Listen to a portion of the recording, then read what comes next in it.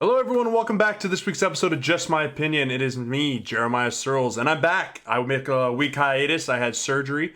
I thank you guys all for the well wishes that were there and shot me on Twitter, on Instagram, and everything. The surgery went really well.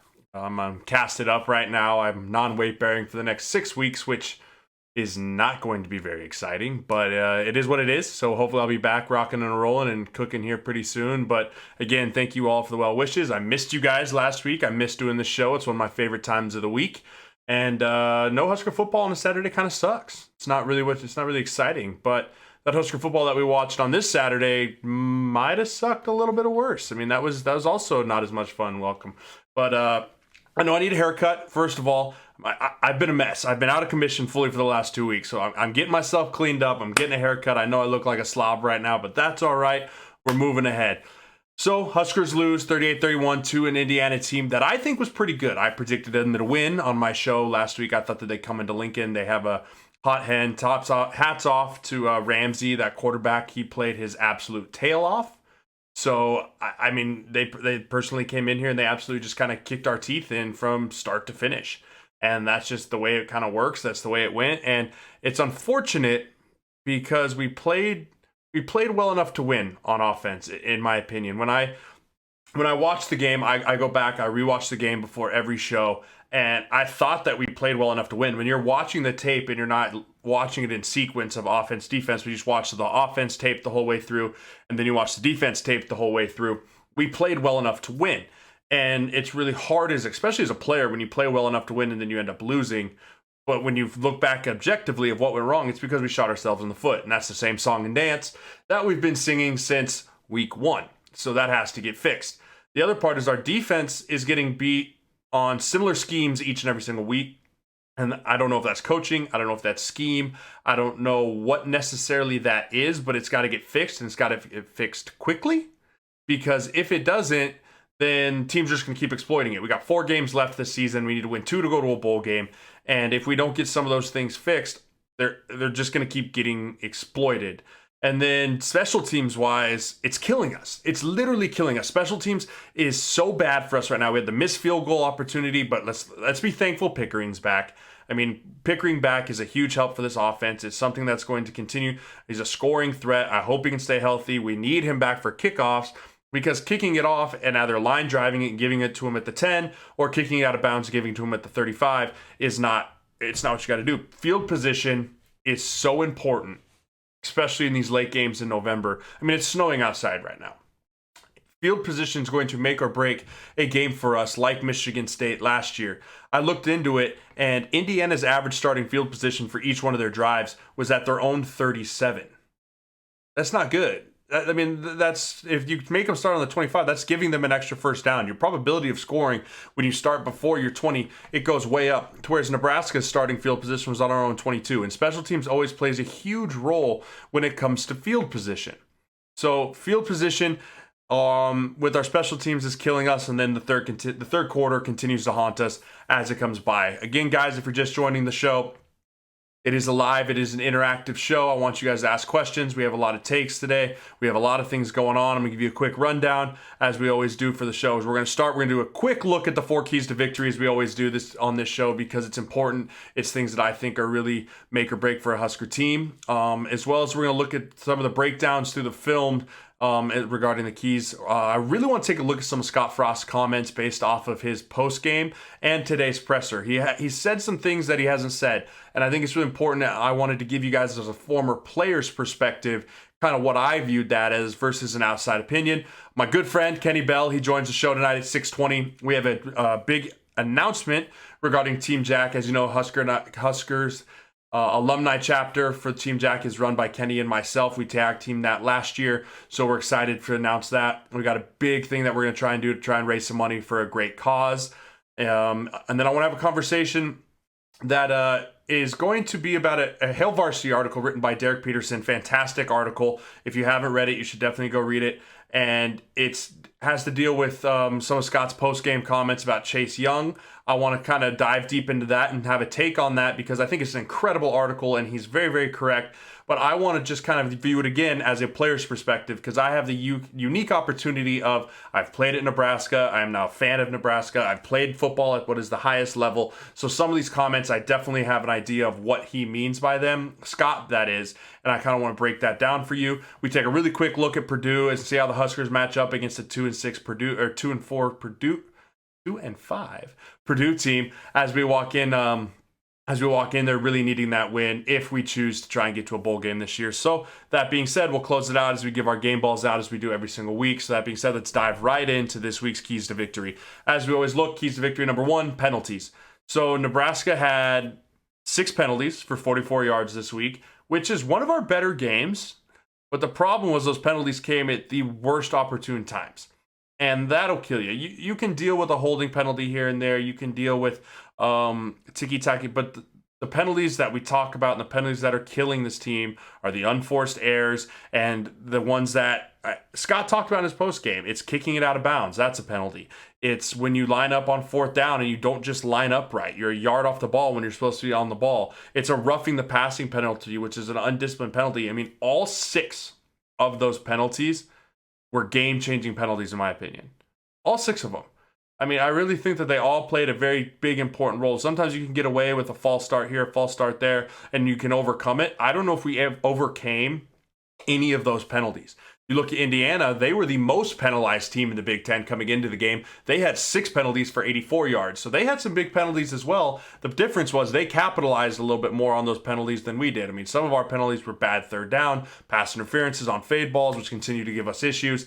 And then, again, on the offensive side, putting us behind the sticks because we're not a good enough offense to be able to beat the refs because they're doing their job, but also beat ourselves and the team across from us. So they have 6 yards. So, I mean, you give the edge to Nebraska. You could call it a tie. You could call it a push. They had the 6. So we'll say that Nebraska wins that category. You go to the rushing yards, and here's where it takes a turn. Nebraska rushed for 220 yards on Saturday, which is a pretty good day. For us, that's a really good day. Wan'Dale Robinson had 22 carries for 83 yards. Luke McCaffrey and Noah Vedral came together for 102 yards. Luke carrying the ball 12 times. Noah carrying the ball 7 times. And then Dedrick Mills having 8 carries for 30 yards puzzles me. That puzzles me off the sheer fact that with Mo Washington being out, I expected him to be a 12 to 15 times, maybe even like a 15 to 20 type of carry game for him. And I don't know if it was because he had some assignment issues early on, or if it was because he didn't have a great week of practice, or maybe just because Wan'Dale had the hot hand. But we're going to need more out of him down this last 4-game stretch if we want to continue to get stuff out of the run game, because we have 3 beat up quarterbacks. And our quarterbacks cannot be our leading rushers if we want to continue to have success in running the ball this week or next week or the next whatever weeks. We got to really make sure that we get them to get our running backs involved, and Mills is that guy. Mills has to be that guy. Noah, I thought, battled his tail off. I thought he played really, really well. I'm going to go quickly to a question here that we got on the sides that says, do we not have anyone else to sub in to cover when they don't have anyone in the backfield? It seems like our linebackers are too slow to cover receivers or running backs. I heard a lot of that, and as I watched the film, they schematically did that. So it's not about us subbing guys in. So what Indiana did is they were able to line up in a package or bring out a personnel group that kept our base linebackers on the field. We didn't get our nickel linebacker out there, kind of our JoJo Doman. We had Colin Miller or Will Honus or Mo Berry, who were more of run-stopping base defense linebackers. And then they'd motion the running back out, they'd get in an empty formation, and they put some stress on some linebackers that were in coverage. So it's not the fact that we don't have guys to sub in. We definitely have the guys to sub in. It was more along the lines that they're scheming us. Guys know that our linebackers sometimes struggle in space when it comes to coverage-wise. They're going to scheme ways to keep those guys on the field versus letting us get the right guys out onto the field, which kind of leads me into my segue here of third downs. So third downs, Nebraska was 6 of 13 on 46%, which is a pretty good day. We were 1 of 2 on the penalty on fourth downs, the penalty being the biggest one that we didn't convert down there in the red zone. But Indiana, 7 of 14, 50%, but those they were killer third downs. I mean, we did a great job, I thought, on defense, stuffing the run. Indiana only had 104 yards rushing, guys. That's the best we've pretty much done all year. We've kept a team to under 100, I think, one time. Indiana had 104 yards rushing. We outrushed them by double. And yet they still converted on third down 50% of the time, which means that they were converting 3rd and 8s, 3rd and 10s, 3rd and 11s. And those are killing us. Those are things that you're looking as a defensive coach. You're like, man, we're getting off the field. We're getting our offense back. Our offense has been rolling. We're going to be able to go down, score, put this game away. And then they convert. They keep themselves in the game. They keep themselves in the game. And then at the last second, they get a chance to win it at the end based off of the fact that we turn the ball over. Our defense has to be able to put games away for us just as much as the offense does based off of getting off the field on third down. I mean, 2 of 2 on fourth down as well for Indiana. So if you really want to bump that statistic up, you can say that they were 9 of 16 on conversion downs. I mean, third and longs were absolutely, and it goes right back to Falling Day's point here, who asked the question about our coverages. A lot of those times it came to the mismatch, and they schemed well. Frost said it in his press conference today. They schemed us well. Well, teams are scheming us well. That means there's a weakness. When there's a weakness, you got to fix it. You can't win with weaknesses. Deficiencies mean losses. So I hope that they go and they look at it and they say, okay, this is what Indiana did to us. Let's get that fixed during the week here. And then as we go, let's get it fixed against Purdue. And then we can really focus on whatever that weakness is as we go into the bye week, because we're lucky enough to have another bye week coming up off of Purdue. So I think that that's something that they really need to work on. And then also it just comes down to fundamentals in the back end. We had guys with bad eyes getting caught looking at the quarterback, bad steps, bad leverage, bad alignments. I mean, when I talk about alignments, I know it seems ticky-tacky, but being in the league for 6 years, I've learned that in an alignment issue, 6 inches can be the difference between a touchdown or a negative play. And there was times as I watched the tape that I felt like sometimes our linebackers weren't aligned properly, or that their alignments were a little bit off, that their gap integrity was a little bit off. And even our DBs, they're pushing their leverage the wrong way. I'm watching the Buffalo Bills game yesterday, for example. I mean, this isn't just our defense. It happens to every defense all the time. It just seems to keep reoccurring with the Huskers defense and where the big plays are coming from. Matt Milano, a great linebacker for the Buffalo Bills, goes to fill a lead play on a fullback, and his only job is to spill it with his inside shoulder and spill it right to the free safety who's there to make the tackle. Well, he spills it with his outside shoulder again, 6-inch difference, and the guy then splits it for a long 80-yard touchdown run. So, I mean, those are the little things that are really starting to creep up on Nebraska, are just the run fits and the misalignments and the missed assignments, and kind of just swimming a backside gap that are really starting to struggle for us. So those were what led to those big third down conversions. It was an effort. I still don't think that effort's the problem with this team. This team plays hard. They play very hard. I think it's more along the lines of X's and O's versus the Jimmy and Joes. And I had a lot of people tweet me the opposite of that. It's like, it's not the X's and O's, it is the Jimmy and Joes. I think we have good players. Are they great players? Are they NFL caliber players? Some, maybe. Some, not so much. But the effort is there, and that's what you can't really coach. You can't coach effort. You want to see effort. You can coach the X's and O's. You can get guys lined up right, and you're going to coach them hard. But getting the guys to buy in and learn it themselves is important. Then we get to our last and our biggest stat, which is the turnovers. And Nebraska, unfortunately, this is where they lose. Nebraska has 2 turnovers, which led to the 14 points, both bad turnovers. The one we're going in to score, and Mills misses the block on the back. Vedral tries to make something happen. I don't know if he tried to underhand it. I don't know if it looks like it just hit his knee as he hit, and he fumbles, and the guy runs it back 65 yards for a return, and they score on the very next play. And so that's a 14-point swing. I mean, that's a chance for us to go up 21-9, and now we're down 14. Those are huge plays in the game, especially when you have a defense that's struggling a little bit. And then what was nice is A. Davis had a really nice hustle play where he was able to get the interception and get the turn that into 7 points for us. We just need to flip that stat. I mean, you flip that stat right there. We have 2 takeaways. They only have 1. They win by 7 points because they had 14. We then win by 7 points. I mean, the turnover stat's such a huge piece, and we talk about it every single week. And Nebraska this week, again, this was our first turnovers since the Minnesota game, or the Ohio State game, really. So that was unfortunate to see, especially with Vedral. I mean, I think he turned it over once because of a missed assignment by a back, and then because he almost snapped his leg in half. And so I can see how the ball would have just popped out there. So they got to get better in that.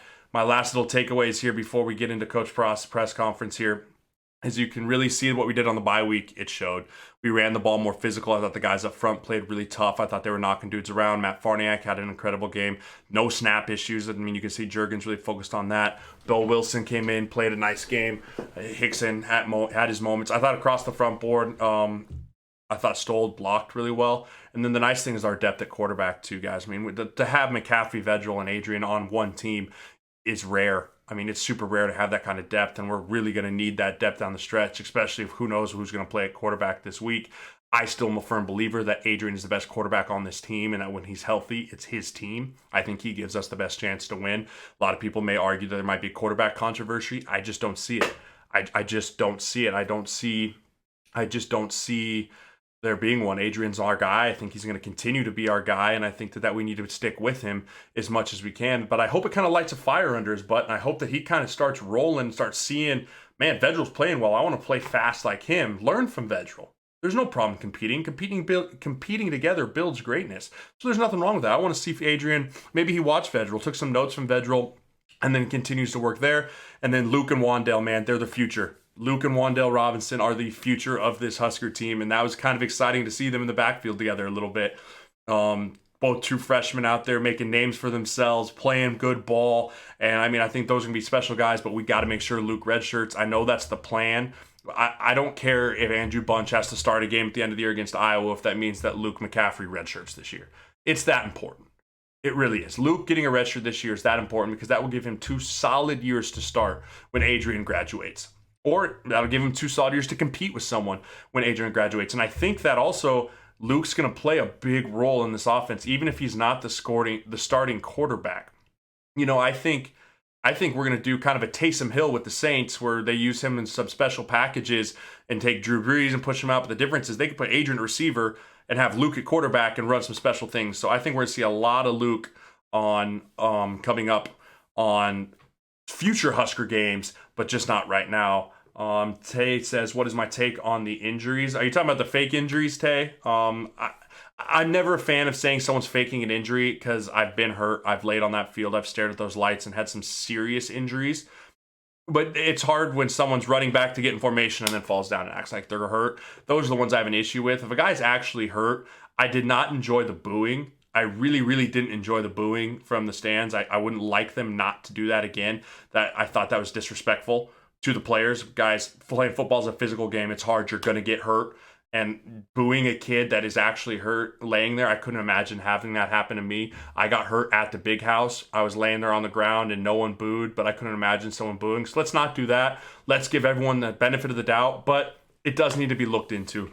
Last thoughts before Kenny joins us here in a few minutes, is the fact that I'm going to look at our defense. Again, I think that the effort is there. I think they're playing the right thing, but I think we're just missing some talents in key spots. I mean, pass rusher, a linebacker, we're missing some really high-notch caliber talent, which is what you need to be a very good, aggressive defense. You look at Wisconsin, you look at Ohio State, you look at LSU and Florida. Those guys have guys that are drafted in the first 3 rounds that are all extremely talented players, which leads to extremely talented defenses because the higher talent you have, guys have to focus on guys. Think of a guy like Sue. Sue drew so much attention. A guy like Jared Crick was able to emerge and really come into a great player. Think of a guy like Levante. Levante expected a lot of attention, so a guy like Will Compton was able to emerge and become a great player. Having those great players around create other great players because they get opportunities and they really get a chance to show and get to be a star in how they act and how they feel.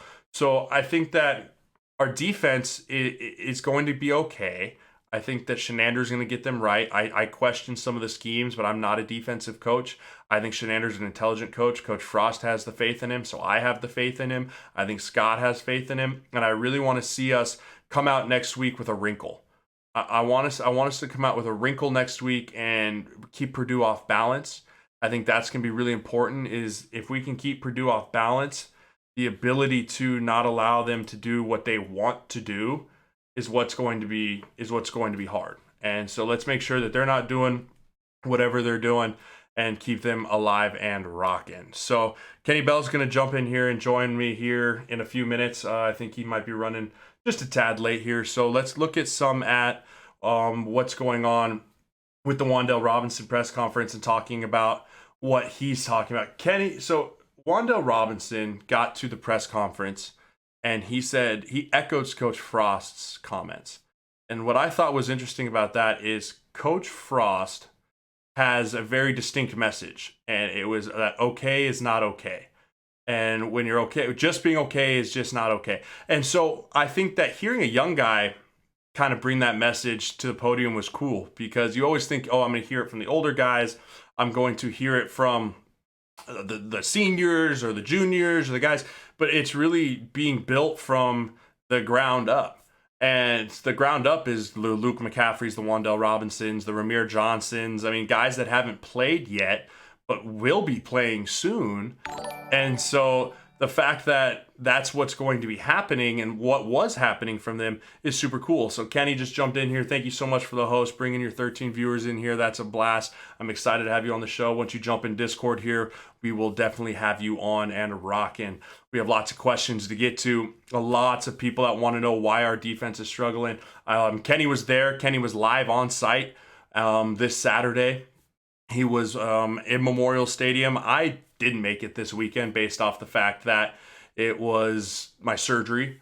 So not being able to wheel myself around necessarily was the part that was hard for me, because walking around that stadium is going to be hard. Hello, everyone. How's everyone doing? Again, if you're new to the show, if you've never been to the show, this is a live interactive podcast, which I want you guys to challenge my thoughts. I want to hear your guys' thoughts based off of where you guys are at with the game. What did you guys think of the game on Saturday? Kenny's going to jump in here. We're going to have questions. We're going to answer questions. But I really want you guys to throw some questions at me. Darkwing says, you think the D is struggling because of scheme or lack of effort? I just touched on it a little earlier in the show, my man. I don't think it's definitely lack of effort. I think there's some scheme things, and it's a lack of talent issue. The talent not being able to grow from what we need it to be. We also have a lot of young talent. I look at guys like Garrett Nelson. I look at guys like Caleb Tanner. Those are young players. Those guys aren't necessarily ready to be stars yet. They aren't ready to be the guy yet. Will they get there? I think they'll eventually get there, but I just don't necessarily know when they will get there. And we're going to look a little later in the episode on a piece that Derek ran for on Hail Varsity, talking about a guy like Chase Young and how important he can be to a team. And so we're getting Kenny in here, guys. Give me 1 second. He's got to join the Discord here. And how important it is for guys like that to develop. Chase Young didn't just happen overnight. And Ndamukong Suh didn't just happen overnight. Levante David didn't just happen overnight. You can go down any list of guys that were there that just didn't happen overnight. So the fact that people think that all of a sudden guys are just going to show up and they're going to be ready to roll, that's not how that works. Guys have to develop. Guys have to work into that role. So seeing Caleb Tanner, seeing the Nelson, seeing those guys, Kenny, just join the Just My Opinion Discord, buddy, if you can, and we'll get you back in here.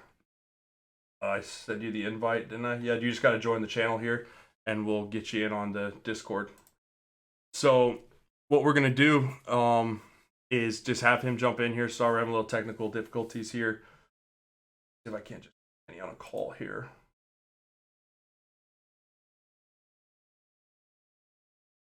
One second, guys. I'm sorry. Make this work.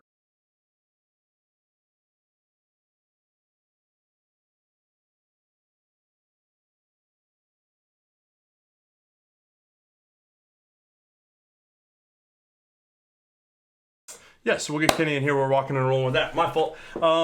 Jeremiah, is there an injury? Is there a rule for an injury timeout? Do you have to sit out to replay? Yes, you do have to sit out for a play if there is an injury timeout. It's just something that comes with it. It's something that's part of the thing. I'm not a huge fan of when the helmet pops off. When the helmet pops off, that's not something that is a rule that I enjoy necessarily. But I think Kenny's going to have to join the Discord here in a little bit. So I want to move on to a couple things here as far as the Scott's post-game presser. Scott's post-game press conference comes down to a little bit of difference. He had some issues as far as when it came to the culture just being okay. And when the culture is just okay, it's not great. So let's hear what Scott had to say. The team. Right now, that's where we are. We're just okay. We're just okay right now. because a lot of the things that are done are just okay. And I'm not going to be happy with just okay. I want a bunch of team players that aren't going to be happy with just okay.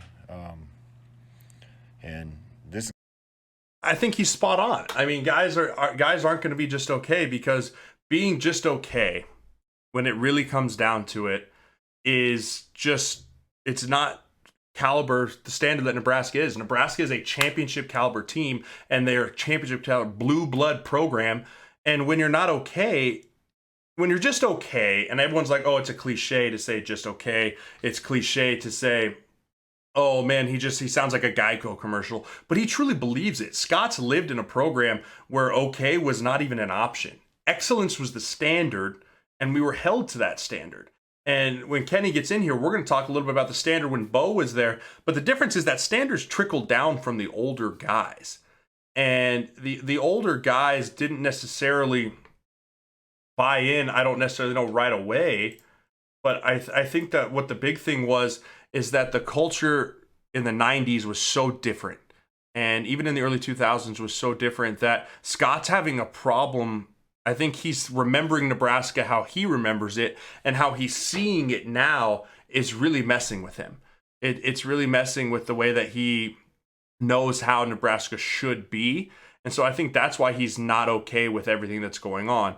And he shouldn't be. And so I think that that's the big thing. The next thing he talked about was some of the talent issues that they have. He talked about them not having a pass rush and stuff. So let's listen to what Scott had to say about that. we got to get better. We got to be able to generate a pass rush. If we don't, our DBs are going to be back there on their own forever. There's other pieces of our team that we have to keep improving, either through more talent or improvement, because you just can't operate in this league with deficiencies. And in too many ways, we're just an average team right now, and that shows up. But the mistakes are frustrating. We did plenty of things good enough to win that football game, just like we have a couple others this year. But you can't do some of the things we did. I can't say it any better than that. I mean, he talks about how they have to get better. He talks about how winning and losing is close. And as a head coach, nothing will frustrate you more than playing well enough to win and not actually winning. And I think that that's what's really killing him. And that's what's killing him inside. And so Husker Pride jumps in here and says, what progress have you seen from year 1 to year 2? The progress I've seen is just an attitude of this Huskers team. The attitude that the Huskers bring to this team it's different than the Riley area, and it's even a little different than in the Bo area. I mean, the Bo area was we were more Marine type ship, kind of breathed in really, really close. And I mean, he was kind of us against the world mentality, and his players bought into that as well. But the fact of the matter is that Scott wants a awesome Husker team that wants nothing more than to be part of the community, wants nothing more than this state to rally behind it. The doors are open, but he knows that comes with winning, and he knows that winning is going to take time. And so it's just hard because winning is a mentality. Moose, you're right. It's easy. It's really, really tough to learn how to win. It's really easy to learn how to lose. It's really easy to know that if you lose, and when you lose, it becomes a habit. And it's hard to say, but all these guys know that that's the habit that they know. Losing has been a habit for these guys. So when things start going wrong, it's falling back on those habits of here we go again. It's falling back on those feelings of the 4-8. And no one on that team knows what it's like to win 9 or 10 games. No one on that team knows what it's like to go to a conference championship. I went to a conference championship as a true freshman, and I was like, man, this is the standard. If we're not at a conference championship every year, what are we doing? And that's a culture shift that has to happen. That's a culture shift that if it doesn't happen soon, it's going to be hard to get guys to buy in because recruits will leave and XYZ. But that's okay because the young guys are buying in, and the young guys are the ones that are going to have to do it. And the culture that needs to exist now is there. So Scott Frost talked a little bit about his culture. Let's hear just another quick clip from his post-game presser about the culture of this Husker team. I told him in the locker room, just okay never existed in a locker room that I was in when I was at Nebraska, because you were expected to live up to a standard. Our guys are doing the right things, which is a big improvement from last But I want guys that live and die for it and want to be great, and and are tough. I don't want guys that go out in Minnesota with hoodies on and everything for warm-ups. That just I don't really necessarily understand the hoodie thing. The hoodie thing is interesting to me. I get it's a mindset. It's a mindset thing for Coach Frost when he's talking about how he wants to really make sure and he really wants to understand that guys are going out there and they're tough and they're ready to fight and they're going to fight, and it doesn't matter if it's sleet out, it doesn't matter if it's snow out, it doesn't matter if all of that's going on. All that matters is that they're ready to go out there and fight. And I think that the problem being, oh, Kenny's in here. I'm in and can hear you. Can you guys hear Kenny in here? I can't seem to hear him for whatever reason. We're going to figure this out. But I think a lot of that has to do with the fact that that's just how he was born and raised. He's a Nebraska kid. Nebraska kids are just like that. That's how they were. I mean, that in all actuality, that's how I am as a Colorado kid. But I adopted that feeling as a Husker player. I adopted that feeling as a Husker kid. I was able to come here and I'll never put sleeves on. That's just kind of how I feel. That's just kind of how I want it to be when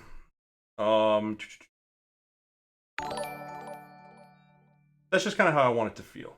Kenny, can you hear me now, bud? Yeah, I got you, sir. Hey, there he is. Sorry about that, friends. Yes, Kenny Bell is here in the house. We were just talking a little Scott Frost. We were talking a little of some of his press conference stuff here, but we're going to put that on hold because we have the one and only Kenny Bell in the lobby here, guys. So, Kenny, I'm going to let you start. We have some really exciting news. We've partnered with Team Jack to do a fundraiser to try and raise some money. And so, Kenny, why don't you go ahead and let the people in here know kind of what we have in the works? Yeah, I'm really excited. I talked to our team at obviously at the foundation, and we're going to launch a charity stream with you and I, obviously, and I'm trying to recruit Tommy. And we're thinking like a 24-hour charity stream early December where we can, obviously really raise some awareness for pediatric brain cancer, but more importantly, raise some money. So we're going to try and Team Jackson, we're going to start pushing some social media promos here real soon. So everyone look out for that because we're definitely gonna try and make a big impact, big splash with that. Yeah, I mean, Team Jack has been so important. I mean, me and you were both there for the inception of it. And I mean, to see it grow to where it is now and to use Twitch as a platform to continue to raise money and continue to raise awareness for that, I think is really cool. You had a great idea. You brought it up to me. I'm glad we're getting some legs behind it here. Again, if you're just joining, Kenny Bell is my guest today. So, Kenny, you were on site. You were there. You were in Memorial Stadium for this game this week. What happened? What'd you see? What'd you feel? What was the atmosphere like in that stadium as you kind of could feel the uneasiness just watching it, but being there, I'm sure, is a whole different thing. Yeah, no. Well, obviously, I haven't attended too many games as a fan, unfortunately, which I'm looking to do more so now. But like prior to the game, I never remember like an apprehensive or apprehension kind of nervousness about a football game, especially going into Indiana. Like it felt like walking into that stadium. I just feel like there's usually an aura or like if you will, just an expectation of winning, and we're missing that fire, that energy, and it's not just.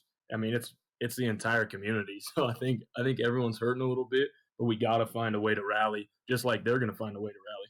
I mean, do you think teams are scared to come into Memorial Stadium anymore? I mean, I remember teams that would walk in there, and I mean, I would feel intimidated walking out there, like, man, I don't want to mess up because I don't want these 90,000 people screaming at me.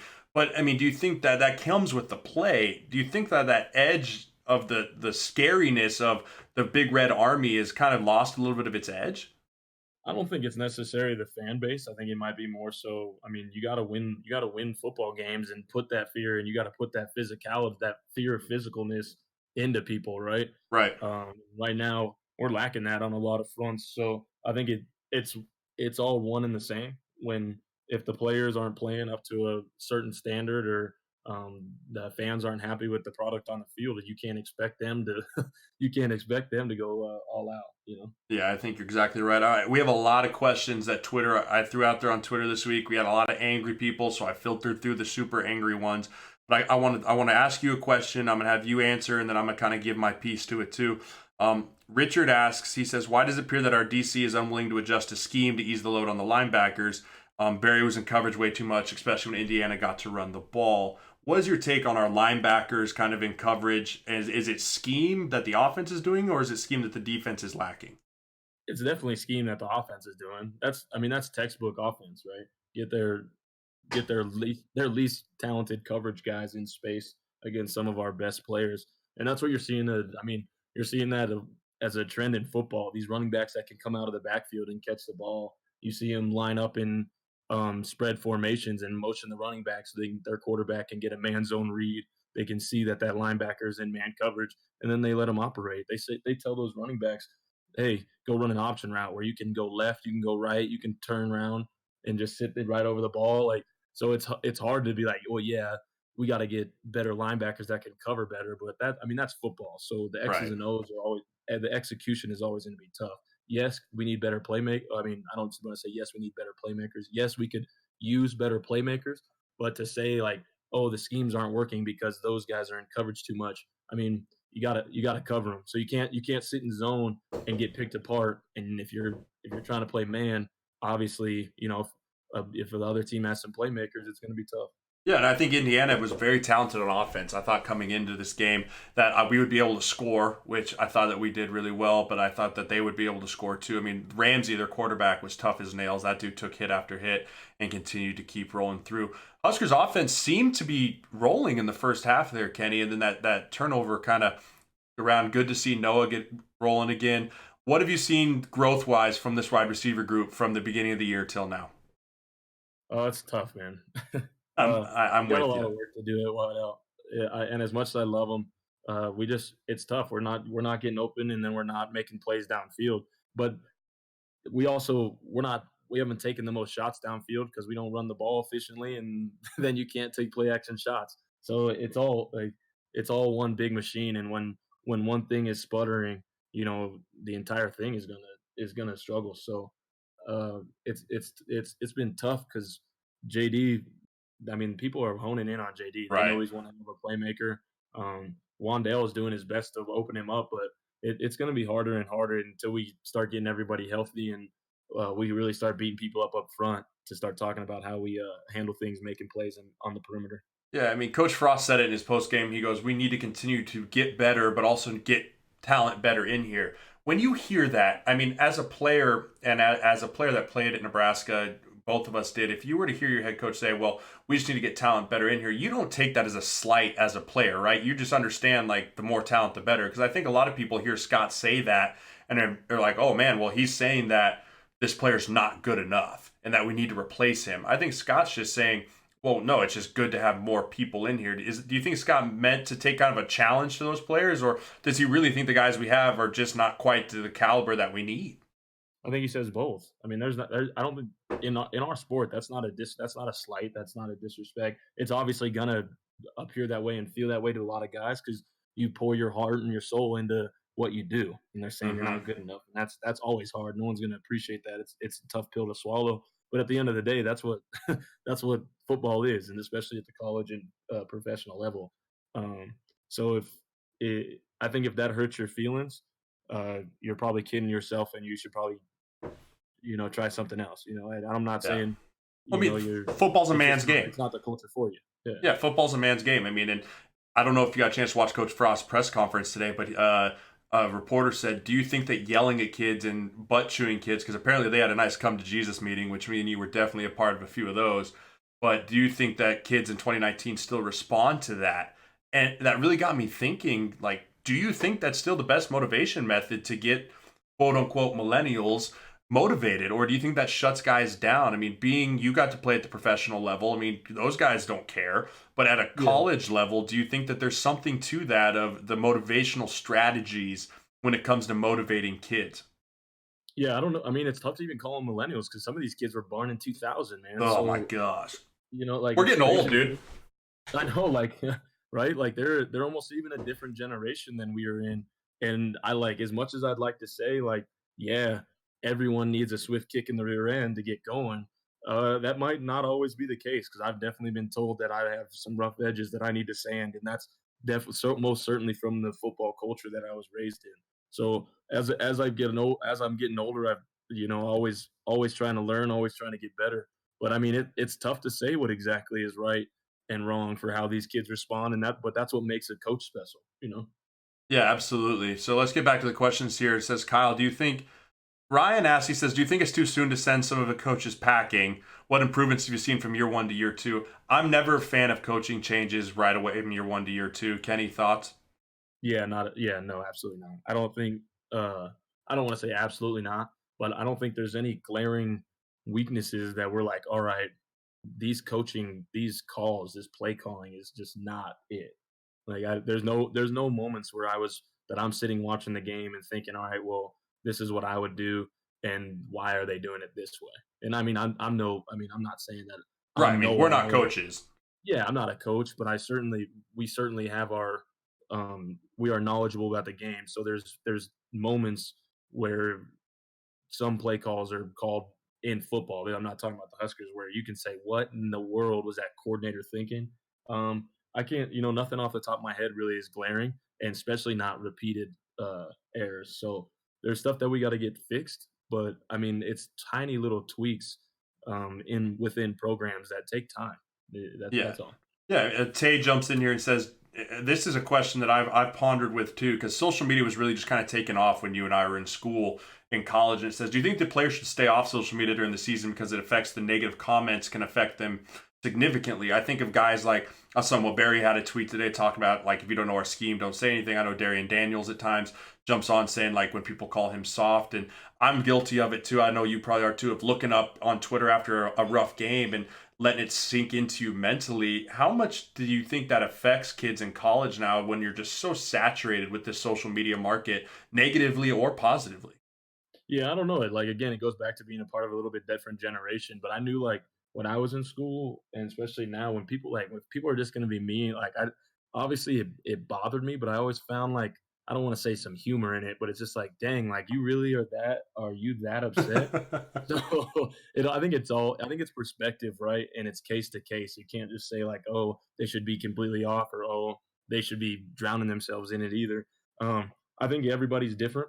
If it's a guy that I mean, it's going to affect how he approaches the day. Absolutely, he should stay off. But if it's a Yep. guy that can glance at it and recognize some people are trolls, and that's just how life is. I don't think it should do that too much harm. There was no point. There was never a time in college where I had a bad game, and then the next week I was thinking like, oh man, if I play bad again, Twitter's gonna roast me. Yeah, yeah. So Mine was more. I never really thought of it Yeah, that way. mine was more. I remember mine was more in the NFL when you'd have those primetime games and you do. Oh yeah, NFL is different. Dude, you do something bad in the NFL and you'd all of a sudden The NFL, you'd pull your phone up after a game and you just yeah, want to snap it in half. everyone wants you fired. No, like Yes. in college, I don't think people want to see your whole like life be taken from you. So Yeah, it's a little and different. I think that's a very important point. Is in the NFL is like, okay, fire him, get the next guy in here. Like, look, dude, these guys aren't going anywhere. It does no good to call a freshman or a sophomore and be like, dude, you're terrible. You're never going to be anything. Like, if anything, build the guys up because you never know what they're going to develop into. The NFL is Yeah, a professional world. That's different. But the social media, I think, can be so positive for young kids. And I call these guys kids that are in school because they are.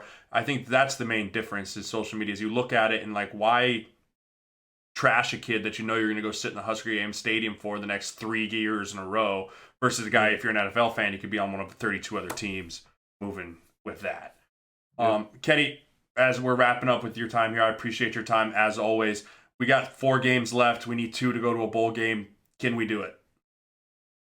Yeah. I mean, can we do it? Absolutely. But where do we I find mean, those 2? it's Where do college. we find those 2? It's college football, so can we do it? I believe that we can. Um, I mean, where do we find those two? Is most certainly the first one has to be this Right, week. right. Like No the doubt first about one that. most certainly has to be this week. Um, I mean, man, who and then what? So Wisconsin, we go right? Wisconsin, Maryland, Iowa to finish the Wisconsin, year. Maryland. Oh man, I mean, I say we got to obviously you win this week, and yeah. then you got to. I mean, I don't Well, as much as Purdue and Maryland have to be the games. I So think so. I think Wisconsin is just a much better talented team than us right now. I don't give us a great shot against them. I think we should beat Maryland, and then I give Iowa kind of a 50-50 which Husker team shows up to finish this year. it And just comes down to. I mean, with Wisconsin, they just. I don't see us stopping that friggin' running machine that they have. I mean, It's scary to watch them run the football. Ohio State's the only team that's done it, and Ohio State's on a whole nother planet when it Ohio comes State's the to best team in talent. college football. You think they're better than LSU and Alabama? I do. Okay. Now I think they're most certainly better than Alabama and Clemson. I don't know LSU. LSU's tough. Yeah, I think this week will be very telling. Bama LSU. I think that's gonna be an exciting game to match up. I mean, Wisconsin goes to Minnesota at the end of the year, probably for the Big West title. When it I comes want to down to watch. that, I'm excited to watch Penn State and Wisconsin, or excuse me, Penn State and Minnesota. I do I want to too. see what Minnesota's all about. I think this is a big game for Minnesota. I've been trolling Minnesota fans all week about game day on Twitter. They're not happy with me, but that's all right. But I think that's a big game. So Kenny, again, we're going to be doing the Team Jack thing. I'll let you plug it one more time here, and then I'll let you go, pal. Yeah, absolutely. We're looking to do a charity stream on Twitch, probably a 24-hour stream early December. Make sure you're following myself and Searles on Twitter and Twitch. I'm at Afro_Thunder80. He is J Searles71. We will be looking to raise money. Most importantly, be raising money for pediatric brain cancer and also some awareness. Please stop by and stay tuned to not only our Twitch and Twitter channels, but follow the Team Jack Foundation on Twitter as well for some upcoming news with that stream as well. Awesome, Kenny. Appreciate your time, buddy. Next time you're in Lincoln, we'll hook up. If not, looking forward to see you soon. All right, Surleys, love you, buddy. Love you too. Later, pal. Always good stuff from Kenny Bell, man. He's such a talent. He's really grown his Twitch channel. He's grown his audience really well. So, let's jump into that Derek Peterson article. The article's name was "The Double Edge of Talent Talk, Feelings of Disrespect, and False Starts." And the part that I really want to kind of hone in on here is his quote from Coach Frost's post-conference game was, "I watched Ohio State play Wisconsin today, and I watched one guy generate a pass rush by himself, that guy being Chase Young. We need to keep getting guys in here that can do those things, and that's being honest." And Derek's whole point here was he was talking about how Chase Young is a talent that is, I mean, they're talking about him winning the Heisman. If he shouldn't win the Heisman. Sue didn't win the Heisman. There's no chance he should win the Heisman. But a lot of the point of this article, if you haven't read it, go subscribe to Hail Varsity. They're my partner. They're incredible. It's a great article and really puts a lot of things into perspective. And he goes down a list of, yeah, Chase Young would not help us on the unlined up offsides error. Chase Young would not help us on the roughing the passer penalty. He wouldn't help us on the kicking game. And the answer to that question is yes. Having a guy like Chase Young on the team wouldn't necessarily help with that. But from a player's perspective, and as a guy that's been around incredible talents, those are the type of players that you want on your team, because that's kind of a second coach on the field, that you elevate your game to that guy. Because if you mess up, if you're a wide receiver and you're playing next to AJ Green type talent, and you're going to, or think CeeDee Lamb, for example. You don't think that CeeDee Lamb, having him on that Oklahoma team right now, is really making all those other receivers notch up their standard to their games and really making sure, like, hey, I better make sure I'm lined up on the right hash mark here. I'm lined up on the ball, because if I'm not and CeeDee has a big catch and takes it away, CeeDee Lamb's going to come down on my ass. It's not just going to be the coach. And I think of guys that I've played with. I think of a guy like Everson Griffin up in Minnesota. Incredible talent, incredible leader. And he'll be the first to get on you, and he doesn't care if you're friends or not. He's going to go ahead and get on your tail about it. And so I think having guys like that on your team, like, really do help you. And I think that's more along the lines of, yes, he's an incredible talent, and what he does of generating the pass rush as a single person is incredible. But as a leadership standpoint, I think that's really important too, as far as how he continues to work through that and how guys get into the game that are game changers. And he talks about in the article saying that when we talk about saying just okay, it's a message to Caleb Tanner and Garrett Nelson about not being good enough, and also telling Ben Stilley, a guy that's done everything right, that he's not good enough. And Kenny and I just talked about it. You're just as good as the product you put on the field. Garrett Nelson, Caleb Tanner, you can take that and be like, oh, coach is picking on me. Or you can be like, you know what? F that. I'm going to go be that guy. I'm going to go be that guy over the next 4 years, so that in 4 years, I'm going to have Illinois' coach going, man, we need to get a Garrett Nelson on our team. Or you're going to have the Purdue coach going, man, if we could just have a Caleb Tanner on our defense, it would make all the difference in the world. And that's the way I want those guys to look at that quote from Coach Frost. Is it's not saying that you're not just good enough. It's saying go be good enough. Go be that guy. And a guy like Ben Stilley is, you've had your shots and you're a great player, you're a solid player, but your just product on the field right now is not the level of a guy like Chase Young. So is that product okay? Well, in Scott Frost's eyes, the only thing that's not excellent is okay. Is Ben playing at an excellent level right now? I don't think anyone is on our defense is playing at an exact excellent level right now. So, I mean, Scott's saying that on the sideline, that big time players on the sideline is lacking the fact. I mean, we have young guys on the talent that are on the sideline that aren't on the field yet. Ramir Johnson hasn't hit the field yet. I mean, there's guys that are on Scott's radar that are going to have to sit. And I know that's not what you want to hear, Husker fans, because all of us want to win now, but Scott's in it for the long game. And Scott told us he was in it for the long game. Not playing all those really talented true freshmen, besides the ones that are really, really talented that are like effectively helping us right now. I mean, I think why put a guy like Ramir Johnson in for these next 4 games when we're just hoping to win a bowl game when in 2 years we can have him, or next year we can have him for 4 years, and then in 2 more years when and maybe he's a redshirt junior versus being a true senior, we're competing for a playoff spot. That's what Scott's looking at this as. Scott's looking this through the eyes of 5 years down the road versus a lot of us, including myself, look at it as I want to win now. Like I want to win right now. And that's just not how it works. You can't just throw guys out there as 18 years old. They have to sit, they have to develop, and they have to be ready. I mean, a guy like Ben Hart's going to be incredible talent. I think he is. I've seen him play. I've watched the tape. I think he's going to be really good. And the fact that he can't get on the field right now has nothing to do with his talent level. It has everything to do with Scott playing the long game. It has everything to do with that. I mean, Nelson, Ramir, Benhart, all these young guys, he's just coddling and he's just growing and he's just going to let them grow. And that's going to be that foundational, like, set group. And I think of that because I was that group for Coach Bo. I was that 2009 group myself, Spencer Long, Brent Qualley, Taylor Martinez, Rex Burkhead. I mean, Thad Randall, Jason Ankra. I mean, you can go down the line. We were that first real recruiting class, and we were the ones that crept up through the depth chart. And by our senior year, we had a standard that we felt we set pretty well that trickles down. And I just don't think that he's getting the standard and the culture trickling down from the older guys that he wants. So he's protecting his young guys from the field because he knows when they're playing that there's the certain standard that he's going to hold them to. So great article. Go read it. He does a lot of great perspective on where this team's at with Chase Young. Derek's a great writer for Hail Varsity, and I just had a little bit of a different take. And I talked with Derek. Me and him are on the same page with the fact that Chase Young talent probably isn't on this roster, but we should sure hope it is. Let's take a quick look as we're winding down the hour here on Scott's presser today. I thought there was a few really key points that he hit there, and the one thing I really want to talk about is the fact that he had a ass rip meeting this morning, and for what it sounds like, that's not a Scott Frost type thing, and I'm excited for it. I'm excited that he did because sometimes that's what you need, man, especially in football. Football is not all rainbows and sunshines and everything's good, everything's bad. No, football's hard. Football's a game that you're going to take your licks, and how do you respond to those licks? And how does your leader respond to those licks? How does your head coach respond to those licks? And sometimes you just have to have that closed-door family meeting, throw it all out on the kitchen table.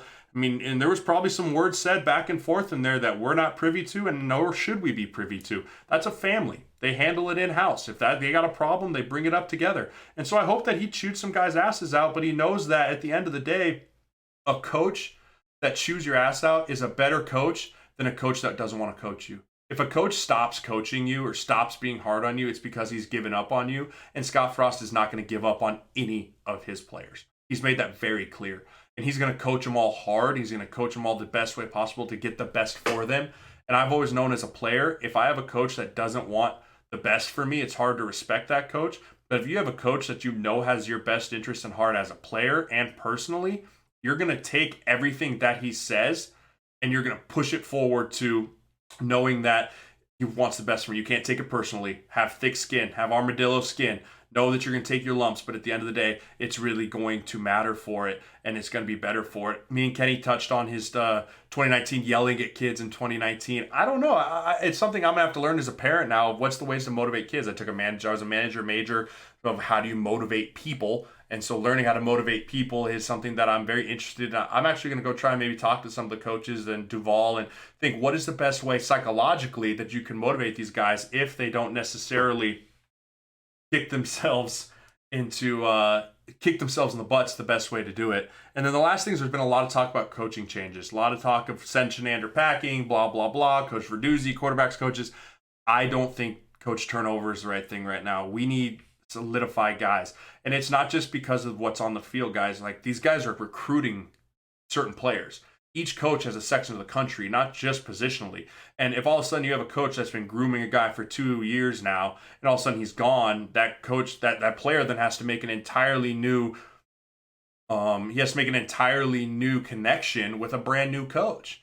So, I mean, recruiting and coaching go hand in hand. You got to make sure you have both of them. So he trusts his coaches. He doesn't question his coaches. And I love that about a head coach. Let your coordinators do their things. And at the end of the year, you can reassess. And, like, yes, there's times you got to step in. Yes, there's times that you got to make sure that there's continuity between all three phases. That's your job as a head coach. But keeping coaches, I think, is important. I don't think firing anyone right now or even after this year. Scott did the right thing. He brought all his guys from UCF because they all helped him get to where he's going to be. I think you give him 3 years, 4 years, and then you make a decision at that point if it's time to go in a different direction or not. 2 years is not enough time for a true coach to be able to tell his worth as a coach when it comes to coaching at the D1 level, like a program like Nebraska. So let's look ahead to Purdue real quick. They're 2-6. They're struggling, but they've been absolutely decimated by injuries. I mean, they've really had a hard time with injuries. They lost their senior quarterback. He broke his collarbone. I mean, Rondale Moore is one of the most elite players in the country, and he's been hurt. He might be back this week. If he's back this week, we got to have an eye out for that guy. He's one of the top and most dynamic playmakers. I mean, freshman All-American last year. He's their Wan'Dale Robinson, if not a little bit more talented. I know Wan'Dale and him trained together in Kentucky, and I think that that's really important that we keep an eye on him. Excuse me. When it comes to rushing the ball, it's been a bit of an adventure for them. They don't really have a true workhorse at running back right now. They got a freshman, King LaRue, leads them with 289 yards on the year. So, I mean, this is a struggling offense that is a really good game for the Huskers to kind of get a little mojo back, especially on defense after the last two performances. I mean, the last two performances that we've had have not been great. They just haven't been extremely stellar performances on our defense. So I think this is a chance for our run defense to stop back up. When it comes to passing the ball, they got a freshman quarterback in Jake Plummer, who's got 9 touchdowns on the season, 6 interceptions. He's playing really well for a freshman, especially having to take over for a senior. Especially when you're taking over for a senior quarterback that's gotten hurt. I mean, he's throwing for almost 1,400 yards this year, and he's playing well. But how do you beat a young quarterback? You get to him early. I know we talked about lack of pass rush. We just don't seem to have it right now. And it's going to be something we have to look at. And I'm going to tune into, we have a question here that says, who is tasked with covering Rondale? Who is the best guy? Honestly, this is going to sound strange, but I think JoJo Doman. I think that if you wanted to lock a guy up out of all of our guys, I mean, you can't put Lamar on him. Lamar's a true corner, and he's more of a slot kind of out of the backfield type guy. I think if you're going to have a guy mirror a Rondale, it's got to be a JoJo Doman type guy. I think that's who we're going to really have to look to lean on those guys. Husker Pride, you chimed in here and said, do you guys ever catch up with Pelini? I haven't talked to Pelini in a few years. He sent me a glass set for my wedding. I invited my wedding. He couldn't make it, but that's kind of there. So then that's offensively, they're struggling. Purdue is. I want the Black Shirts to get back on track, knock them back down, get going. On their defense, they have a really, really good freshman defensive lineman, George Kalafitis. He has 6 sacks on the year, 12.5 tackles for a loss. This dude's a game wrecker. He's the guy you draw the star around on Monday morning and say, take care of him. It's going to be on Farniak. It's going to be on Hymas to really take care of that guy. Ben Holt is their starting linebacker. He's the one that makes everything go. If you don't block him, he'll make every tackle. He's got 80 tackles on the year already. And then in the back end, they're a young group. They got 6 interceptions on the year, but they got a sophomore and a freshman starting back there. So again, Huskers on paper, we should beat this team. Who starts a quarterback? Great question. I think whoever starts a quarterback, excuse me, Luke, Noah, or Adrian, hopefully Adrian, we should be able to beat this team. I really do think we should be able to beat this team. I think that we shouldn't have an issue going into this game up into Purdue and beating these guys. I played there. It's going to be an empty stadium. You got to bring your own energy. And I think that that's something that the Huskers are going to do this week, especially after that little meeting that Coach Frost had with them this morning. Let's give out our game balls, and then we'll wrap it up. Game balls defense, JoJo Doman. I thought he played extremely well. He has 6 tackles, 1 TFL, and I thought he was well in coverage. He had a couple really good tackles, really tight coverage. No one really ran away from him. On offense, it goes to Matt Farniak. I mean, if you watch the tape again, he's throwing dudes around. He really, I love the way he bounced back after a struggle against Ohio State and Minnesota. He struggled in pass protection, no hits, no hurries. I look for him to build off of that and move and continue to play in his game. I think he's a dominant player that has NFL-type talent that will be playing in the league one day. And so I think that those two are my game balls. And that is the show for this week, guys. That was a fun one. Thank you so much, Kenny, stopping by. Again, staying tuned for that Team Jack. If you haven't followed the channel yet, please follow the channel or subscribe to the channel. If you have a Twitch Prime sub available, you can sub to the channel for free. It just helps to grow the channel. It helps the channel continue to get its growth. You can follow, press the little heart button. I appreciate you guys all stopping by. You can find the full episode on my YouTube channel if you missed it at JMO/JSearles71 on YouTube. Follow me on Instagram. Follow me on Twitter, guys. And I'll be back next week as hopefully we break down a loss. Hopefully we break down a win against Purdue, guys. And thank you so much for coming by. And as always, this is just my...